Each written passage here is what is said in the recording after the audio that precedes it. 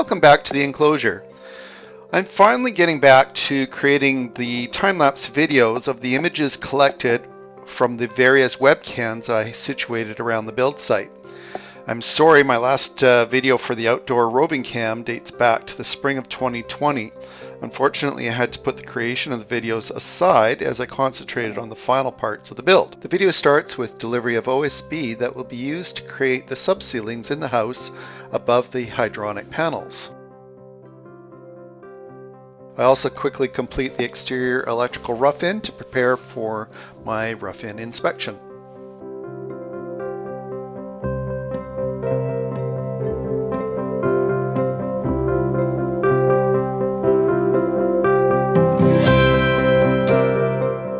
Here I'm including a little bit of wildlife activity around the northern flicker nest at the front of the house and the attempted visits by the local squirrel population.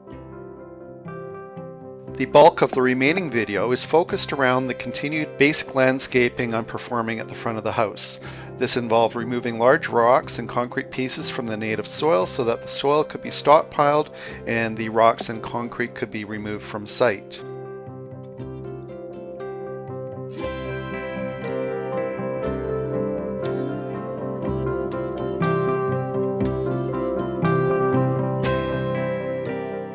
This task was made a lot easier by the thumb on Alfie's arm.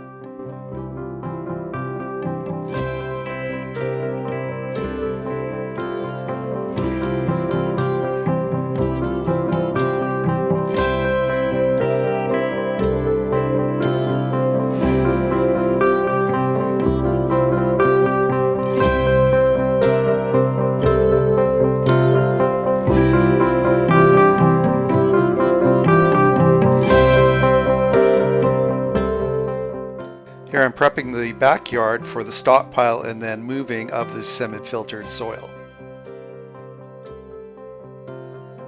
When I'm ready to reprocess this native soil for permanent landscaping, I'll build a mechanical screener to take out the smaller size rocks and gravel.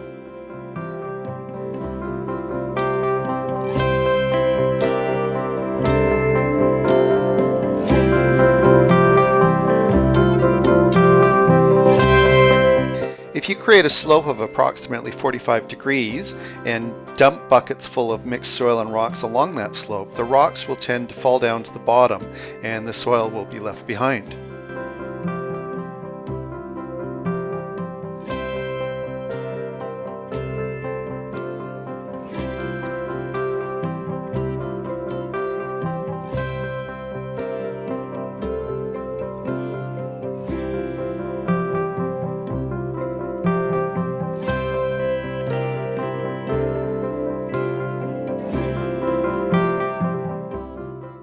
It never ceases to amaze me at how many rocks there is in this glacial cobble.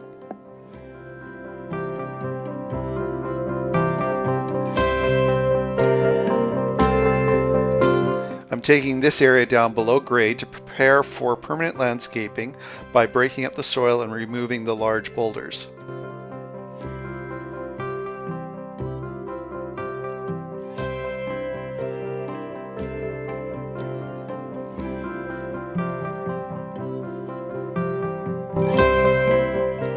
There is times where it would have been faster with the wheelbarrow and rake, but this is a lot easier on the back.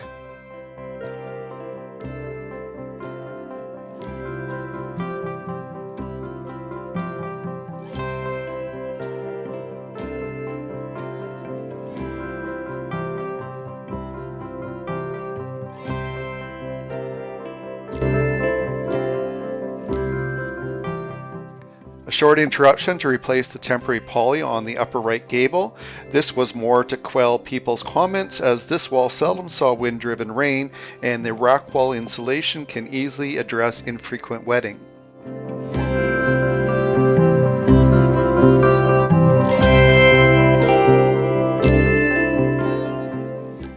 Here I'm bringing all the rocks I collected in the backyard to the rubbish pile in the front yard for disposal.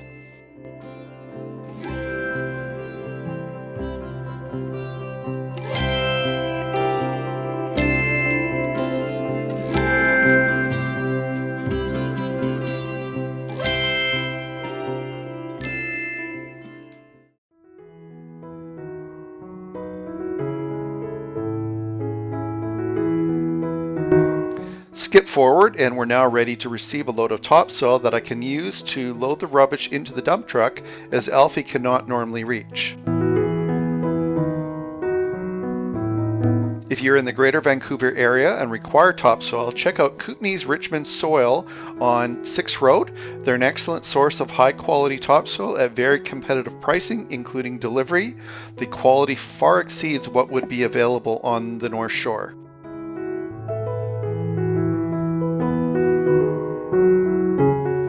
I'm moving the soil to create a temporary pile that I can climb up on and load the dump truck with the rock rubbish.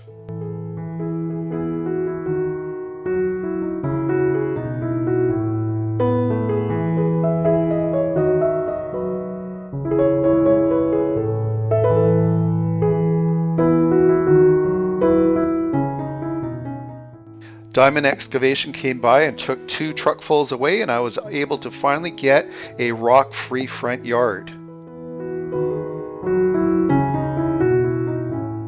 This is a temporary landscape bed that will tie me over until I can do permanent landscaping down the road.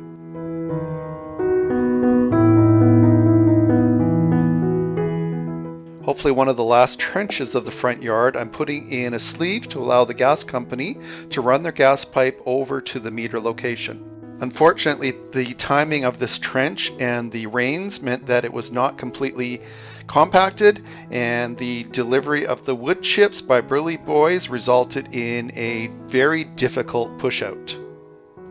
I'm using these wood chips as temporary walking and driving surfaces around the house, and they'll eventually just decompose into soil.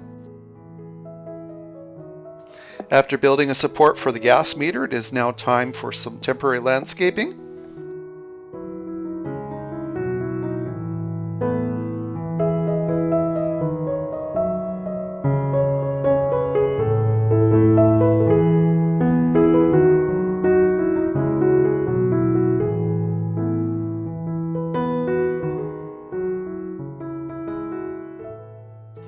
A few seeds and a rake over, and we're done.